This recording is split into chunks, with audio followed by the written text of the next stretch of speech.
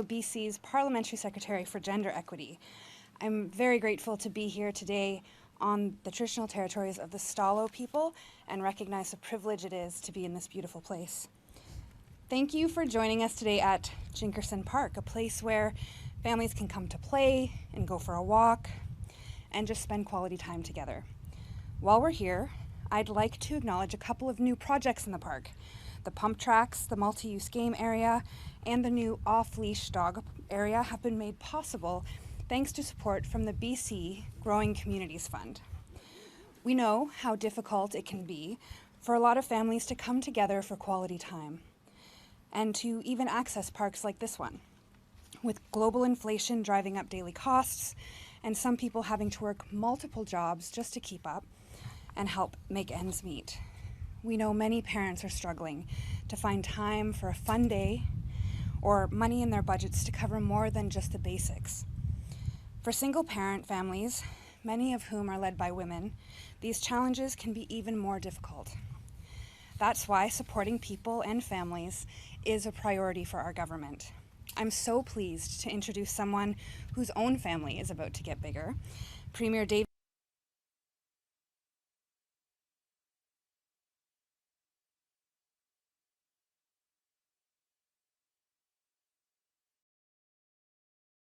by global inflation and high interest rates.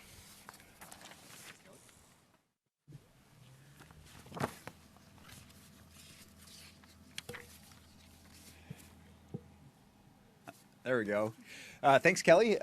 Kelli, Paddon, Dan Coulter, amazing MLAs out here in Chilliwack. It's great to be here. Thank you for having me. And what a beautiful place you get to represent. People can't see, but behind the cameras, there's a stunning view out over the valley and a beautiful new community here. Chilliwack is fast growing and needs continued provincial, federal, and municipal government cooperation and support to support families here. And so thank you for your leadership in ensuring that that happens. It's wonderful. Now, it's great to see you all. I will be starting tomorrow, taking a little bit of time with my family. It's a short break for me as Premier, but interesting thing, I got a note encouraging me to take more time. It said, you know, the first 4 years are very formative. You don't want any distractions, and it was just signed John and Kevin. So thank you to them for that note. This is a great place to raise a family, Chilliwack. It's a great place to retire. It's a great place to live. And they're amazing MLAs here, as I've said. But there are definitely challenges for people in Chilliwack and across the province with cost of living. Rising global inflation, the cost of food, and then companies piling in with greedflation price increases. It's just making it challenging for a lot of families right now. Now, these challenges aren't unique to British Columbia, but our response to them is. We are working together to provide support to families and individuals and businesses in this time when they're facing a lot of pressure.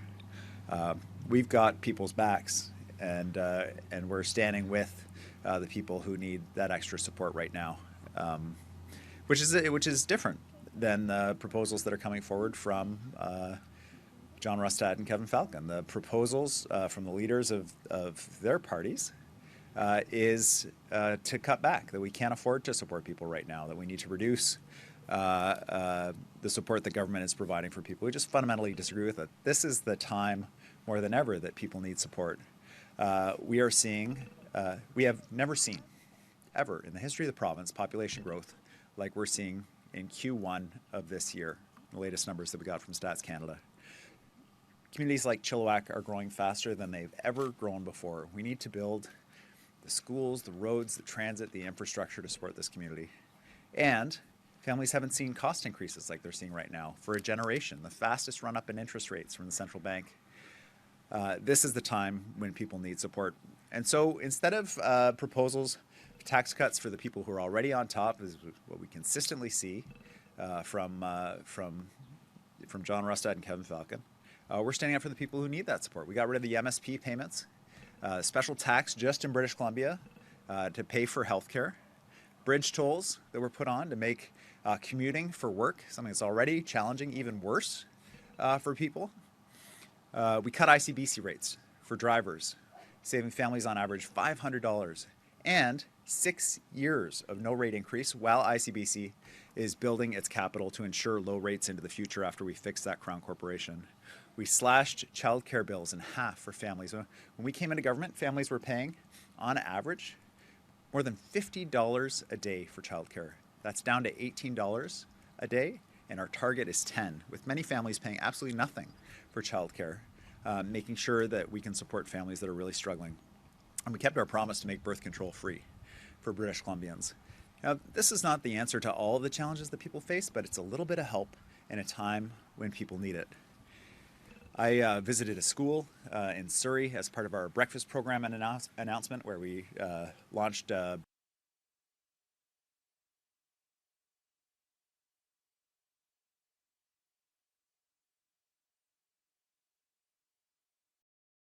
breakfast program at that school in Surrey. It's stuck in my head. I get in a big oversized t-shirt.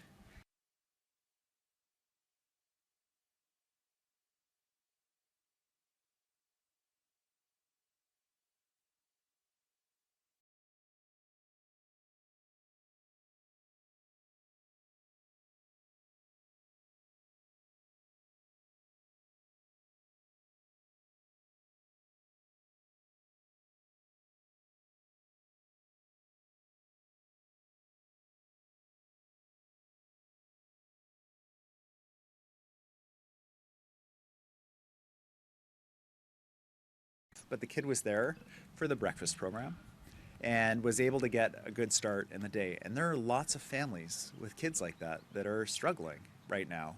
And those families need a little bit of extra support. If you've got kids, it's challenging, and parents are seeing those costs. So today's announcement is about getting a little bit of extra support out there for families with kids to help ease some of the...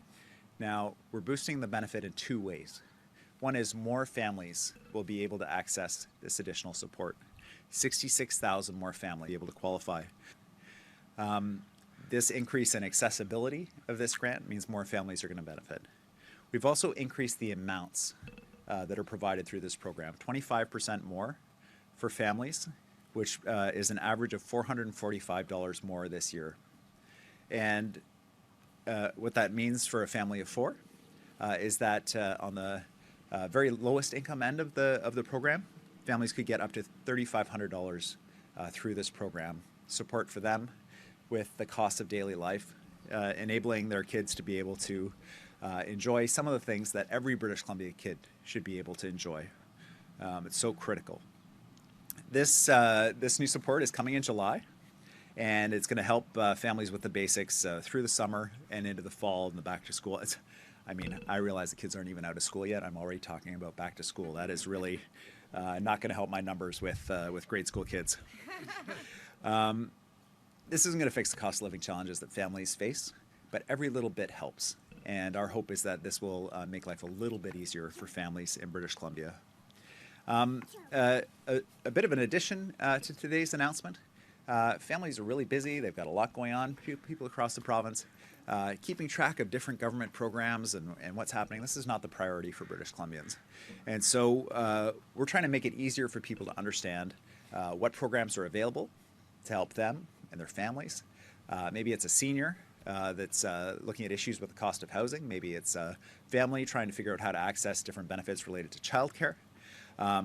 We have launched the online BC Benefits Connector. This is a one-stop website where you can learn about what programs are available to you right across the province.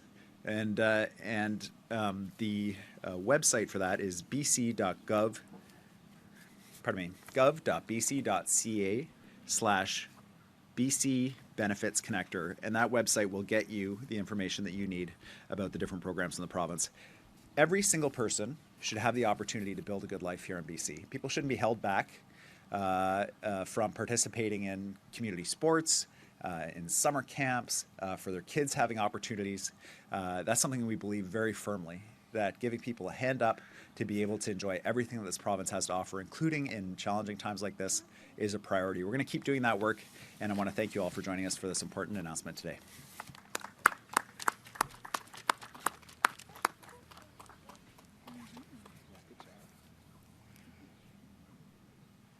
All right, thank you so much, Premier, and thank you so much for doing this announcement here in Chilliwack, Kent. I know that there are so many people here in Promontory across our amazing community who will benefit from this, and I hear from families every day how important it is, because this truly is a privilege to live here in British Columbia, in Chilliwack, Kent. So I just appreciate all of your words there.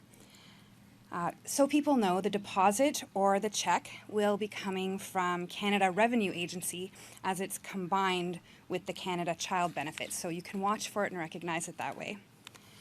I would now like to introduce someone who is raising a family while facing rising costs. I'd like to invite Katie Bartel to the podium to share a few thoughts. There we go. Hi. I'm Katie Bartel. I'm grateful to be here and raising my family on the beautiful and unceded land of the Stolo Coast Salish people. I'm a mom, an advocate, and a chosen auntie of this little one who I'm babysitting today. Raising a family is challenging, and it often takes an entire community. I'm honored to have been invited here and thankful to everyone who was so open to me bringing Maggie along. You say hi? No? My partner and I are parents of two 16-year-olds and an 11-year-old, one who's autistic and has Down syndrome. Life's expensive, especially for those of us who have a child with a disability, and raising any family right now has its own unique challenges. I always thought my life would get cheaper as my kids got older, and I was very wrong. Teenagers are very, very expensive. Through my personal, professional, and volunteer lives, I see how hard it is for families right now. With rising costs of food, clothes, gas, childcare, housing, parents are struggling to get by. More and more families are turning to support from their schools, from their communities, and from the government. We can't do this alone. The diverse needs of my family adds to our out-of-pocket expenses, like hiring a support worker to make sure that my daughter is included in extracurricular activities at school. We often have to rely on our community to fill in those gaps. This extra funding creates more opportunities for my daughter and other families like us to be included in our community, and helps us to make sure that we all have what we need to thrive in today's increasingly expensive world. I'm thankful that the BC government is answering the call with this increased BC family benefit payment. By ensuring families have the resources they need, the family benefit bonus plays a vital role in reducing child poverty, supporting healthy child development, and fostering economic stability within the communities. By investing in the well-being of children, the BC government can help alleviate financial burdens and create more opportunities for families to thrive, ensuring a more equitable and inclusive society. Thank you.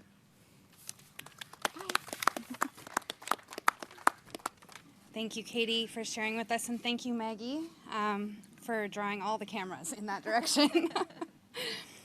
So we all want families like yours, like the families in Chilliwack, Kent, across British Columbia, to be able to thrive and to be able to be part of community. That's why we're taking on the big challenges, and we're supporting people to build a great life here in BC. And the BC Family Benefit is just one of the measures. Many of these credits and benefits are available automatically when you file your taxes. As the Premier mentioned, we're making it faster and easier for people to access benefits to help save money through the launch of the new BC Benefits Connector. This is a one-stop online website with clear and simple steps on what people need to do to access government benefits and programs. You can find out more at gov.bc.ca/BC Benefits Connector. Once again, I would like to thank everybody for coming out and making time to share this news that will impact so many families across British Columbia. And we now invite questions from the media. Thank you for joining us. We have members of the media here in person as well as those on the phone line. For those on the phone line, we're using a new system today. Please raise your hand. Instead of pressing *1, please raise your hand via that system. That will indicate that you are interested in a question, and we'll be able to get to you. All members of the media will be limited to one question and one follow-up. We're going to begin today with in person here with Grace Kennedy from the Fraser Valley Current. Go ahead, Grace. Thanks so much for taking my question. First question is that last year, Dan Coulter, who I see is here today, suggested that widening the highway between over to Chilliwack wasn't likely to happen for another decade. Staff at the time said he misspoke. But what is the timeline now for that widening over to Chilliwack?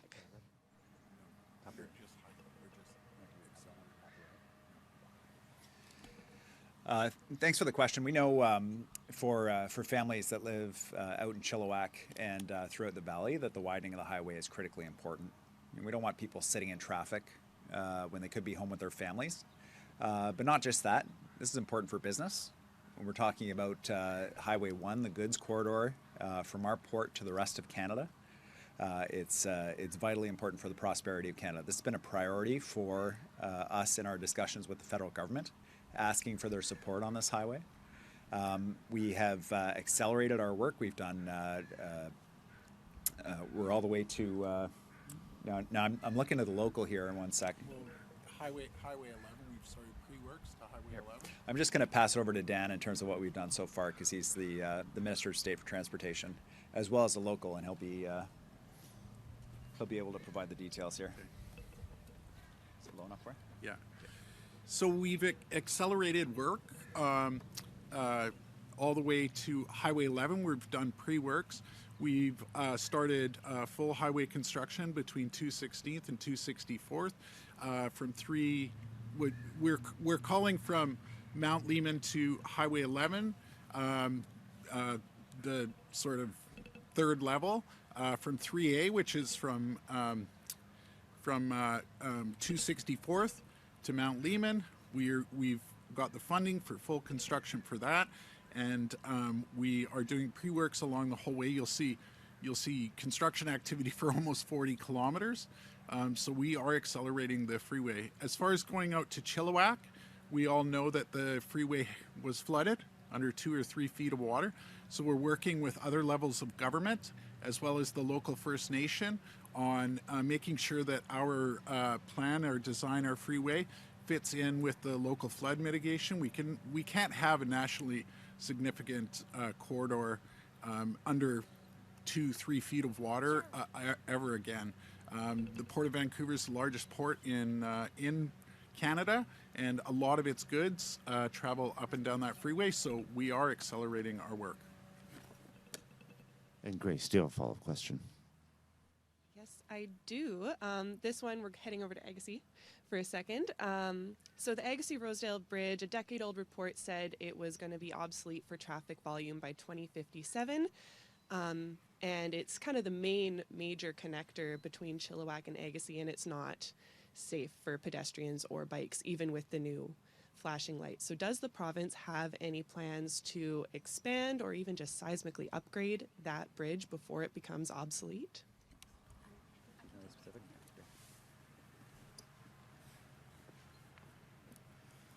All right.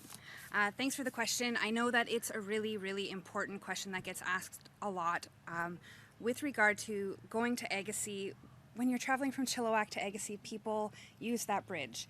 There's a roundabout before it, and there's a lot of traffic issues there.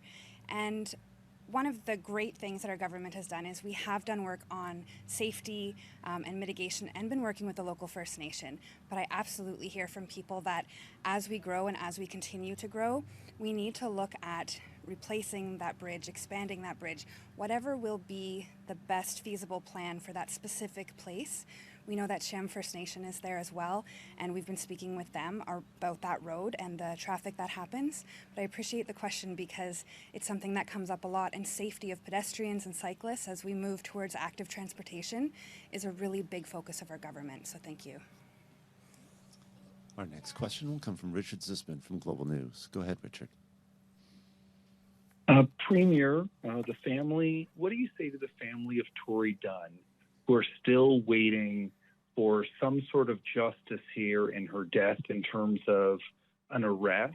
And in the community of Sicamous, they continue to be incredibly concerned about an increase in violent crimes that they believe are linked to people being released from the justice system. So what's broken here? Is it a continuation of the federal government's laws, or are your prosecutors not doing enough to apply these new laws? Thanks, Richard. These are really profoundly serious issues. My heart goes out to the family and friends of this remarkable person who has been killed, and all of us want the same thing, which is the person responsible to be brought to justice and to be held accountable for this horrific crime. The situation in Sicamous is a challenging one, in that although an individual was brought to court, my understanding is that the police investigation continues, and that charges have not been brought yet. Anyone with information that can assist police in the investigation, please bring that information forward. I will assist police with the ongoing investigation work that they need to do. With good reason, governments are not able to direct the arrest of individuals in the province. Police do those investigations and bring forward those recommendations for charges to Crown Counsel. And we will ensure that police have the resources they need to conduct this investigation and ensure justice for the whole community, really, for this horrific crime. With respect to the issue in Surrey, this is a different one.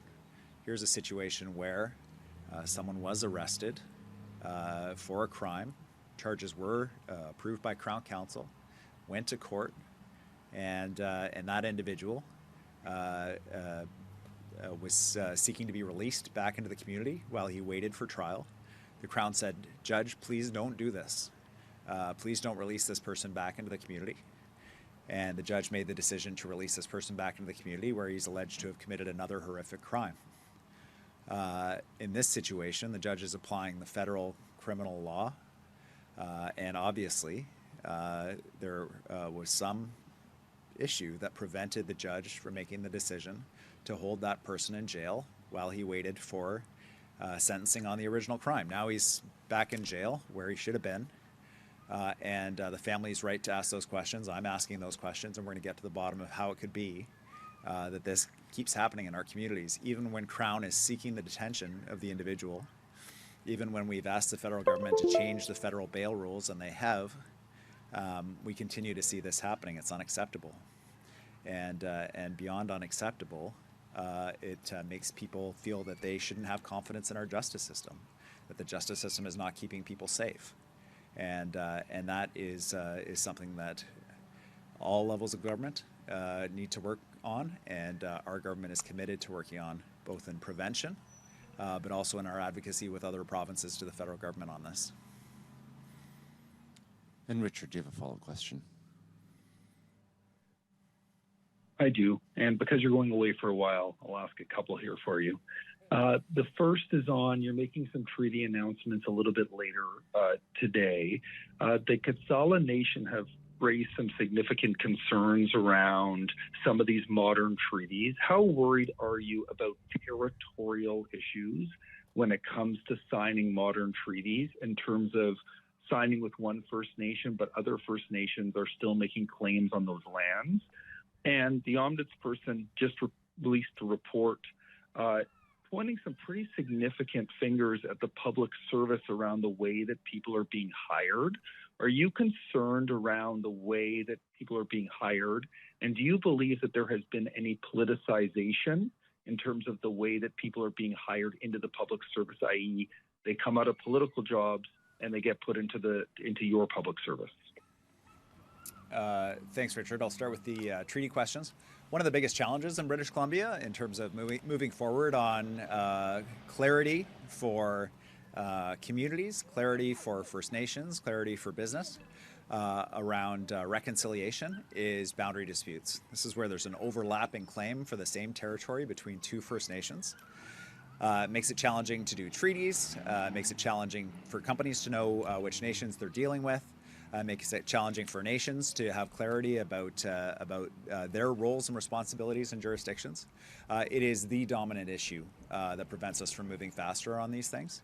I have been working with senior leadership of First Nations for a while about advancing discussions on how we can find a better way to resolve these boundary disputes, because they do slow everything down. But I have confidence that the treaty processes we've engaged in with nations will provide that clarity around boundaries, will provide additional certainty for communities and businesses and individuals to move forward, as well as for nations.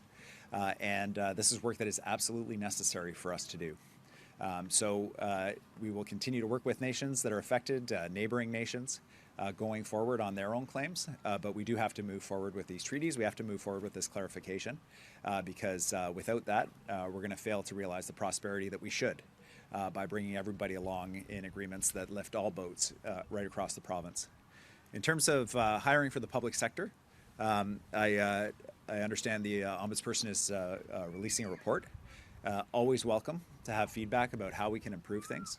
This is a vanishingly small sample of hirings that take place in the public service, only 0.2% of the hirings involve temporary assignments, people on OIC appointments to the public service. It is an example of people working in different jobs within government. The vast majority of our OIC appointments are not political staff. Political staff work directly with ministers. Other OIC appointments are people on boards, people working in different commissions across the province that are appointed by OIC. So in terms of process, I think the Ombudsperson raises some important questions that we need to address. But in terms of people's confidence in the hiring in the public service and how we do that, I don't have any concerns beyond the fact that we need to address this issue that the Ombudsperson has raised. Our next question will come from Katie DeRosa from CBC News. Go ahead, Katie. Premier, following the bus accident in the interior, should there be seatbelts on buses? And as a secondary on the cost of living issue, Kevin Falcon said that your government has introduced 32 new taxes, and so he's kind of putting the blame on your government for making life more expensive in the first place. So can you respond to that? Yeah, gladly, Katie. Thank you. So with respect to seatbelts on buses, first of all, this accident, I mean, I'm trying to imagine as a parent getting the news that your child was on a school bus that was in a collision, especially one as terrible as this one. My thoughts go out to the families involved, the kids who are in hospital still. It could have been much worse, but that's really cold comfort for families who are really worried about the health of their kids right now. And I really want to thank, I understand there was a volunteer firefighter who attended to this call, who actually had a kid that was on the bus and who remained calm, cool, and collected and helped at the scene despite obviously what must have been an incredibly emotional moment. Thank you to that volunteer firefighter. Thank you to all of the first responders in a challenging part of the province to get to support kids at this time. In terms of the regulation of seatbelts on buses, my understanding is that Transport Canada sets those standards. It is strange that there are not seatbelts on buses, and I'm not sure why that regulation hasn't been made. We'll look at this particular incident and work with Transport Canada and determine whether or not safety generally would be improved for kids with respect to seatbelts on buses and a provincial standard around that. Any way that we can ensure that our kids are safer, we're going to make sure that we take those steps when they're going to school, especially in more rural and remote communities on school buses. With respect to Kevin Falcon and John Rustad and their suggestion that our tax on luxury cars, that our tax on on homes above $3 million, that our tax on the top 2% of income earners in British Columbia are taxes that they would roll back, that our tax on speculators that own 2, 3, 4 homes and are leaving them vacant, that our tax on tobacco products to discourage people from using tobacco and nicotine products like vapes, especially kids who are very price sensitive, that these are taxes that they would roll back. Well, you can see what kind of a province they want to build.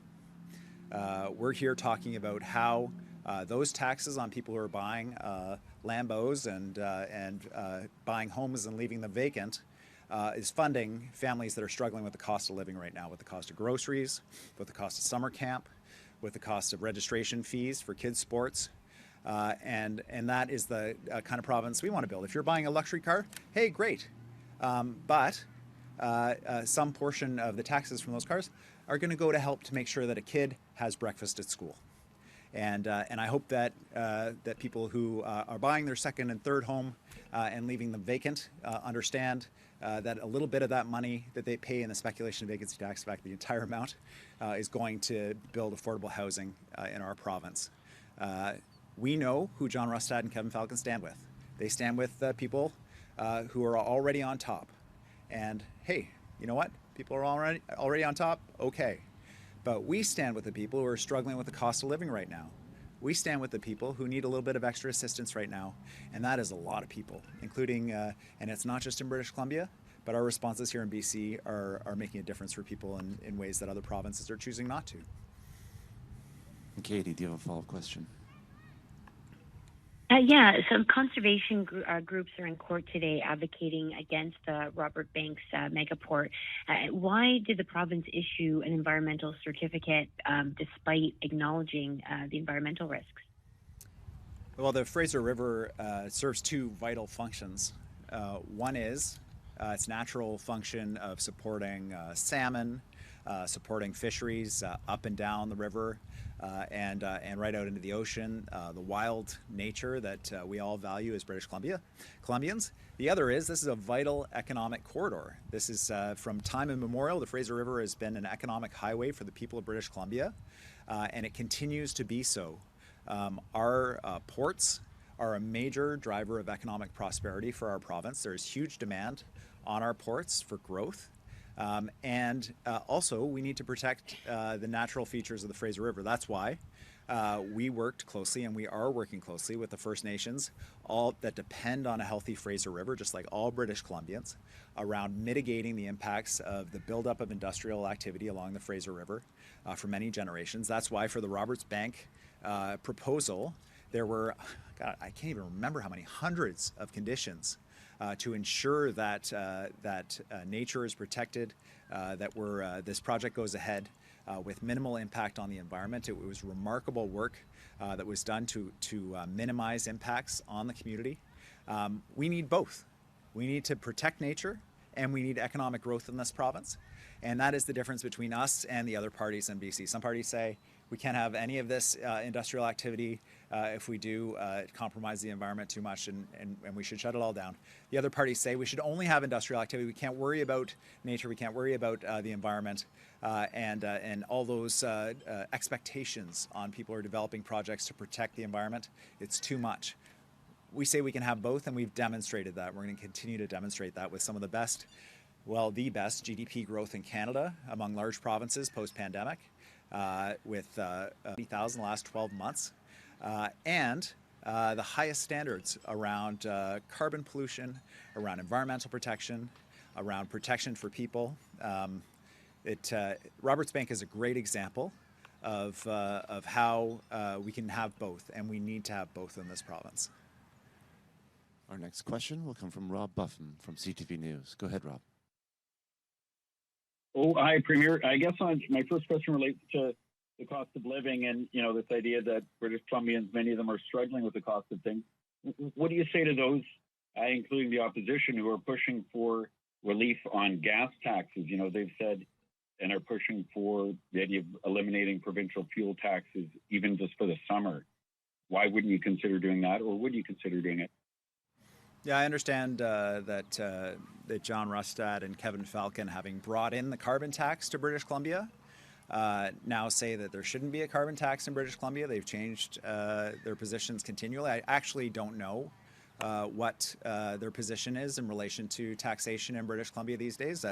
Apparently, their proposal is to cut luxury car taxes, cut taxes like the speculation and vacancy tax and honors. Regardless, British Columbians need support. And so for our government, today's announcement is about that kind of support that we're delivering. First of all, on the carbon tax, we're making sure that every cent of the federal increase to the carbon tax is returned to British Columbians. Secondly, in terms of support for families, that's what today's announcement is all about. I continue to be frustrated that BC taxpayers are sending money to Ontario, sending money to Quebec through equalization payments when the pain of the cost of living is right across this country. when every family is struggling, there is absolutely no reason why BC taxpayers should be sending equalization payments to the Doug Ford government. It's ridiculous. And yet, that is exactly what is happening. $1 billion sent to Ontarians through equalization payments this year and last year. $100 billion sent in equalization payments to Quebec in the last 10 years. Add to that the $23 billion in battery factories paid for by taxpayers here in British Columbia, federal taxpayers, so that battery plants can be built in Ontario and Quebec, instead of that money coming back to British Columbia to grow our economy here. Now, enough is enough. And so we're sending a very clear message that British Columbians need that support, just like they do in Ontario and Quebec. Just as equally, we would welcome 1/10 of what Ontario and Quebec has seen in terms of battery plant investment coming back here to British Columbia. I cannot understand, I cannot fathom how British Columbia families that are struggling right now are sending federal taxes to the government of Ontario. It is ridiculous, and I call on the federal government to announce a review of equalization so that we can stop this absurdity. If the kids in Ontario were not able to go to school because the Ontario government couldn't afford to build schools, or people were unable to go to hospitals because the Ontario government couldn't afford to provide hospitals, I would understand it. I would feel okay about it. But to see that money go to Ontario and then watch what happens in that province with that money, to use that money to like buy the beer store, I can't fathom it. And so obviously this needs to stop. Families need to be supported here. We're going to support them. We're going to make sure that the carbon tax is returned to them. We're going to make sure they have access to the family benefit.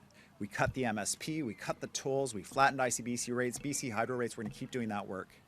But we need the federal government to help too, because these families cannot afford to support the governments of other provinces right now. We got to support British Columbians. And Rob, do you have a follow-up question? I do, and I was referring to the provincial fuels tax, not carbon tax. So correct me if I'm wrong, but I take it your answer is that you're not going to eliminate that. But by way of a follow-up, kind of a two-parter, I guess, as well, given we won't get the chance to speak to you for a few weeks. Just wondering, the new rules relating to multi-unit, developments on a property come into place June 30th. First part of the question is, what do you say to those who say that's going to lead to higher lot values and higher housing prices? And then second question, part of this is, I'm just wondering, on this issue of violent offenders being released, I just wanted to make sure I understood correctly. Are you being critical of the judge who rejected the Crown's request that this person be kept in custody? Or are you saying that the federal laws that have been changed should be changed further to equip a judge with stricter rules? Thanks, Rob. I'll start with the second first. Something went wrong here. Something went wrong. An individual who was charged with a serious crime was brought in front of the court. The Crown said, please don't release this person. They're likely to offend. It will compromise the public's confidence in the justice system. And the judge, applying the law, decided to release that person where he allegedly went out and murdered another person. Something obviously went wrong here. Now, whether it's the judge's application of the law or whether it's the law itself, this case cries out for ensuring that the federal government is looking at this. This is their responsibility. This is their law. Our provincial prosecutor said, please don't release him. And the court said, he's released under the federal law. So we need the federal government, again, to pay attention to what's happening in British Columbia and to make sure that they're responding to cases like this that shake the public's confidence in the justice system. Last time we teamed up with Ontario, we went to Ottawa and we demanded reforms, which we got, which have been implemented, and yet this has happened again.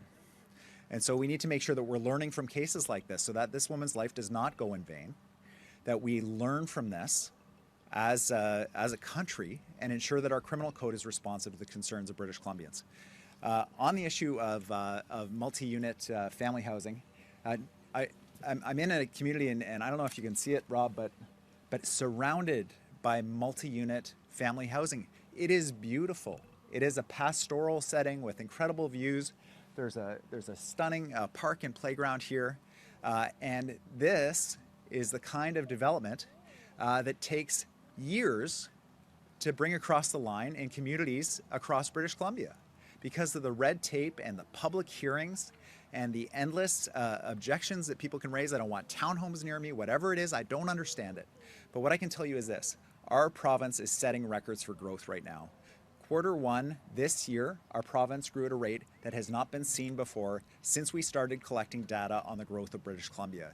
If we don't build homes to accommodate that growth, then the price of housing is only going to go up. The price of rent will only go up.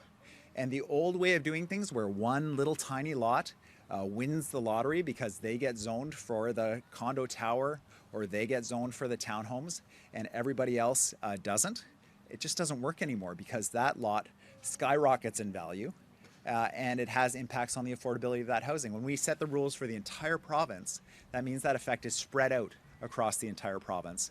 It means if one lot's too expensive, the home builder can just move to another lot that's cheaper and build there instead. It increases the competition. So this is the only possible response to the kind of population growth that we're seeing, is to build the homes that people need and to get rid of the endless public hearings, red tape, and process to build those homes. We have to build them fast because it will only get worse if we don't. And it's not enough in itself. It's not just the market. We're also having to use things like public land to build actually attainable middle-income housing, to make sure that we're building the social housing and the housing with the supports that people with mental health and addiction issues need. It's all options, all of the above. And you've heard from John Rustad what he would keep of this housing plan. Quote, not much, not much. How can you look at the growth of this province and say, I'm not going to keep those policies around ensuring the housing is built? How can you look at the growth of this province and not say, I'm going to get rid of the speculation and vacancy tax, where vacant homes are taxed at a higher level than homes that people actually live in? How can you say you're going to open up homes like this to Airbnb instead of for families to live in that are desperate for a place to live? I think it's ridiculous. And if that's the kind of housing policy that John Rustad is bringing to British Columbia, I'm going to make sure that every single British Columbian knows the costs they're going to pay if he gets elected. We have time for one more. We're going to go to Wolf Deppner from Black Press. Go ahead, Wolf. Can you hear me? Yes, we can. Go ahead. Yeah, thank you. My apologies. Premier, thank you for taking my question. Speaking of growth, some new figures came out today from Stats Canada that project, depending on the scenario, BC could hit a population of 8 million plus by the middle of the by the middle of the fifth decade in this century, 2046. Can you sort of give us a high-level analysis what 8 million people in BC might mean for this province, both politically as well as in terms of infrastructure, in terms of housing? You already talked about this a little bit. But can you sort of give a high-level analysis of what BC might look like with a population of 8 million people, 8 million plus? Thank you. Thanks, Will. I'm standing here in Chilliwack, a community that has been growing incredibly quickly. All the communities south of the Fraser, really, have seen the massive impacts of growth here. People seeking to build a life here in British Columbia, seeing the opportunity here in BC, and I understand why. Our province is growing quickly. It's a great place to be, but we need support with this growth. We have 10,000 people every 37 days choosing to make British Columbia their home. Those are massive and staggering numbers in terms of the schools, the hospitals, the transit, the roads, the infrastructure that has to be built to support this level of growth. It is massive. And I was on the phone recently with the Prime Minister to outline my concerns about things like the Iona water treatment plant. That doesn't sound particularly sexy. It's a water treatment plant. But let me tell you, when you're adding 10,000 people every 37 days, you got to be able to treat enough water. About Highway 1, about the Massey Tunnel, about the fact that we're spending $4.2 billion to expand schools across the province to meet this massive demand. The fact that we're building or expanding 15 different hospitals across British Columbia to accommodate this demand. And I have heard John Rustad and Kevin Falcon say that they do not support that public spending, that British Columbia can't afford to do these things. And they want to side with, I guess, people who think that it's okay to live on the infrastructure built by our grandparents. It is not okay. We need to build strong public services that support British Columbians, and we're going to do that work. But we also need a strong federal partner. And if we don't have that federal partner, we will struggle with this growth. Because we do have to work together to make sure it happens. These are federal policies that are resulting in this growth, which we welcome and we understand them, but we have to have matching federal infrastructure support to make sure that life remains, that British Columbia remains a great place to raise a family, a great place to retire in, a great place to grow in. This is, I think, the finest province in Canada. And with a strong federal partner, we will continue to be the destination of choice for people choosing to move within this country and internationally to Canada, but we can only remain that way with a strong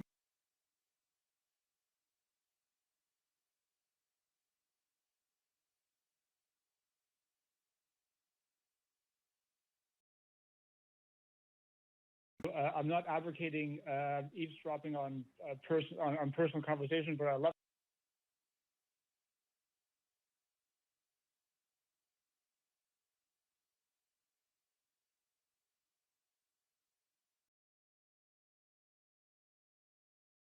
to be on that call with the Prime Minister. And speaking of the Prime Minister, all sorts of rumors around the Prime Minister no longer being the Prime Minister in a short time. How would a change at the federal level prior to next year's federal election impact relationships between BC and Canada? Well, the bottom line is we'll work with everybody and anybody who is in the Prime Minister's office. But we ask for some very clear commitments across party lines. We ask for per capita funding for British Columbians. That means that if you give $750 million for immigration in Quebec, kind of equality. So for all of the candidates,